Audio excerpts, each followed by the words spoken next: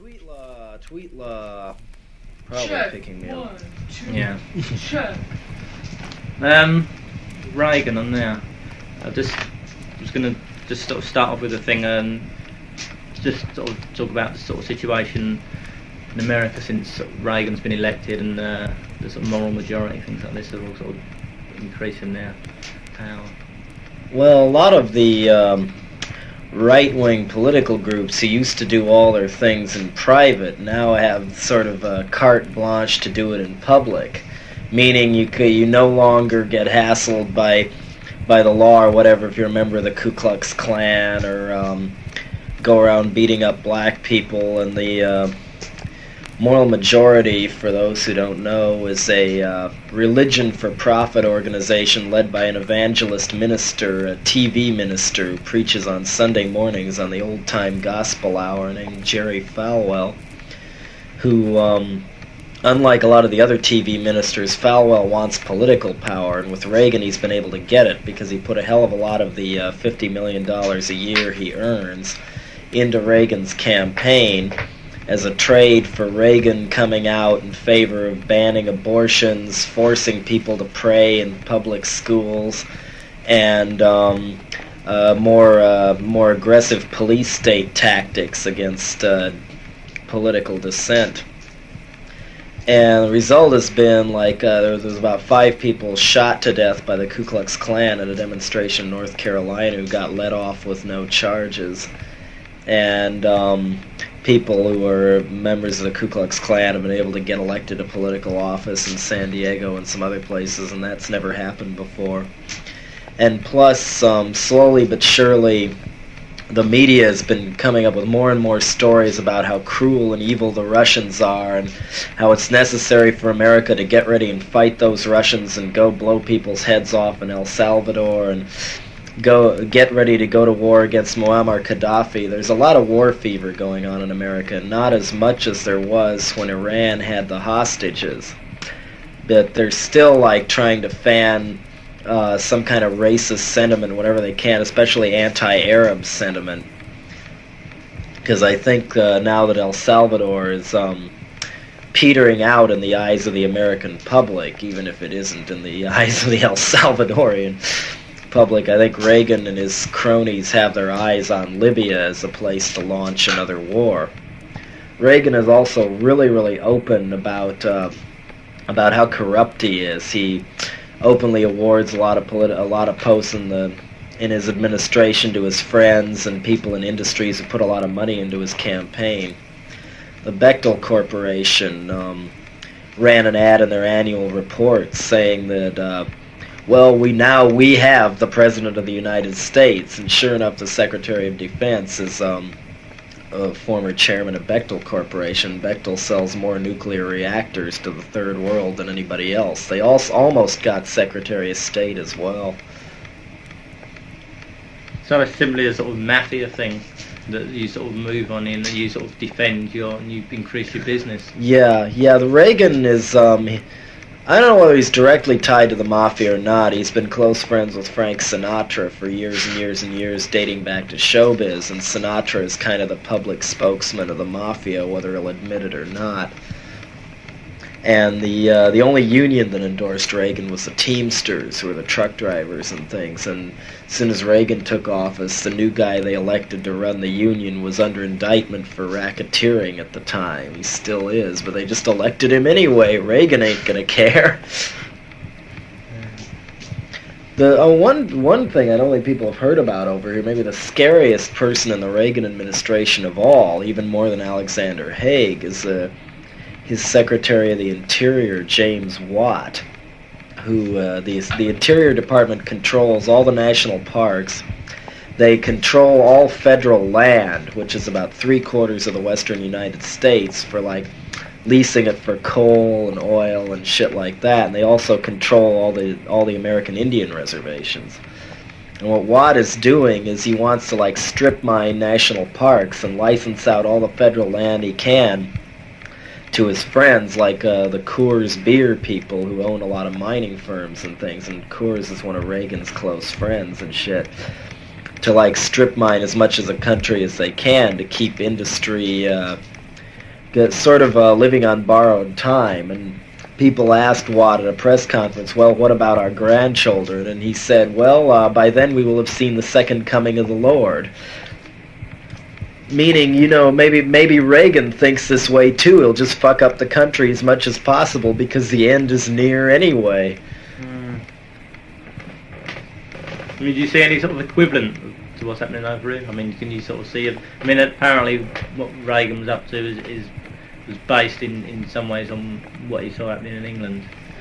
Sort of to a small degree, even though Margaret Thatcher's economic policies are failing pretty damn miserably, Reagan decided to do the same thing.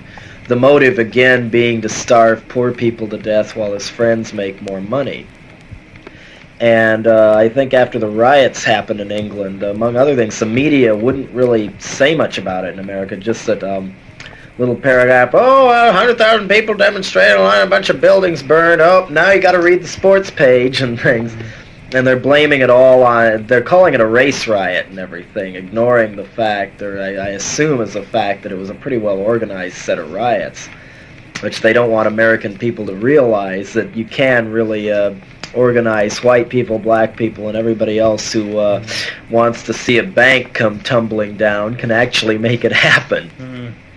Although, since Reagan took office, there's been ads in magazines and in local newspapers, more police officers urgently needed. They're like giving a lot of people a crash course in thug tactics to make them into cops and stuff. There's nationwide trend toward hiring more and more policemen, kind of bracing the cities for what happens when Reagan's welfare budget really sinks in. While he's beefing up the defense budget, he's cutting the welfare budget as much as he can. And that new budget hit about a month ago, so I don't think we're really going to have real serious unrest until this winter or next summer, but Reagan's getting ready for it. Or I shouldn't say Reagan so much as Reagan and his controllers, puppeteers, friends. The people who control Reagan and the people who Reagan controls.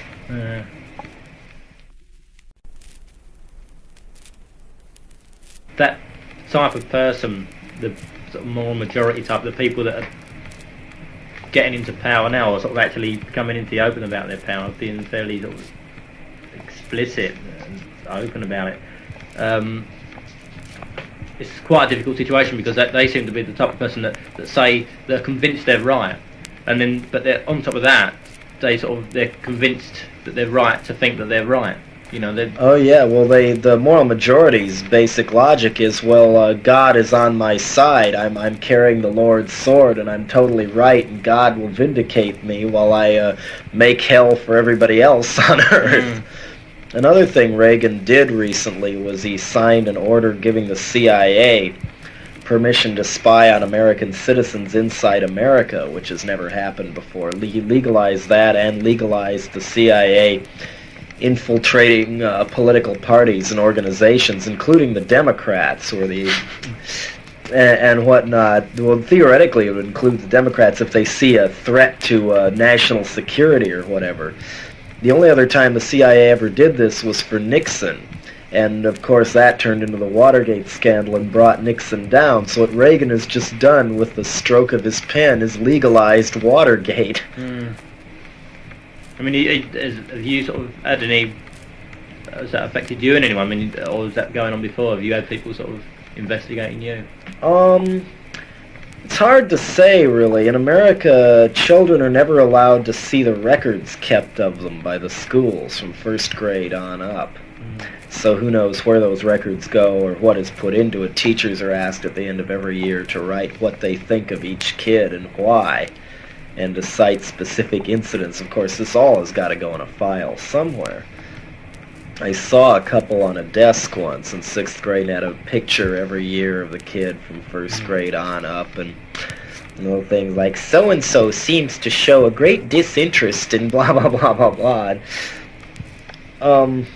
Also, since I ran for mayor a couple of years ago, I've had a little more trouble than before sending and receiving mail. Especially packages of any kind. You tend to either get cut open and loosely put back together, or some of them don't arrive at all, but it's very hit and miss. I think it's just kind of random checks that are made. I mean, And also, like in Los Angeles, especially at Black Flags gigs, there's been the local newspapers have been saying, "Oh yeah, it's really violent. It's real punk rock violence. If you want to go see some punk rock violence, go there," and encouraging the real, honest to God beefcake rednecks to go down and bust some heads at these gigs, and thus creating a very ugly scene down there where there wasn't one before. I tend to wonder whether some of this was deliberate or whether some of the people doing the bashing of heads are either the sons or daughters or trainees of cops. Yeah, I mean, there was a similar thing happening. You know, the sort of the big punk thing. There was at the time when punk was still quite new. There was Punks versus the Teds versus the Skins. And it was actually set up. There was a thing in the Daily Mirror, you know, one of the big popular papers, and it had headline, "This is where the teenage war is going to be." They actually set, you know, so that they tell the people this is where it's going to be, so people assume that it's on, they'll go along for the big fight. You know, Southend this Sunday, this sort of approach they were giving it. Yeah, a good way to disunite people before they get any closer together. Another thing, since Reagan's taken office in America, is heroin and speed are a hell of a lot easier to get. Just like acid suddenly came out of nowhere in the mid-'60s, right when the anti-Vietnam War movement really got some steam going. Now we have, like, a lot of people I've known for a year or two or three have suddenly turned into mental vegetables due to too much speed, or even turning into junkies and things. It's made me very bitter towards drugs and druggies in general. I mean, William Burroughs has actually said that it's quite a conscious thing, you know, that they can do that, just make the drugs available and set it up with the image of being a sort of rebellious thing to do. Yeah. It's happening again, and of course it goes right by most people when it's going on. Of course, the usual reaction when you tell people is, "What are you, paranoid? Let's party." This sort of the attitude of this sort of moral majority type, that, you know, that I'm right and God's with me and whatnot. Then it's sort of implicit in that if there's things going wrong, you know, this is what God wanted, but if things are going wrong and it's not working out and the world's in a mess, then it can't be them, you know, and this is why they sort of turn to look for someone else to blame. They go for the I wonder how some of those people can manage to look themselves in the mirror. Like Jerry Falwell, head of the Moral Majority, was known as one of the more extreme pranksters in his high school and college class and stuff, but then all of a sudden he decides to play cop instead. I would go as far as to compare Falwell to Hitler in terms of the ambitions they had way back in their minds. Can you see a similar thing happening? I mean, can you see enough people getting behind what's happening in America at the moment? Sort of match. The sort of fanaticism that Hitler had. I don't know. I don't know how powerful they are, widespread they are, but the National Front of the British movement would be similar. They wouldn't be using Bibles to thump on to get their point across, but a lot of the same viewpoints are held by both groups. It's interesting, actually, that like one of Falwell's allies just got elected head of the Southern Baptists, and the guy at one point said in one of his sermons, "God never hears the prayer of a Jew." Yeah, there's been a lot of cross burnings and anti-Semitism going on out in the open in the past couple of years too. A lot more than any time since the 1950s.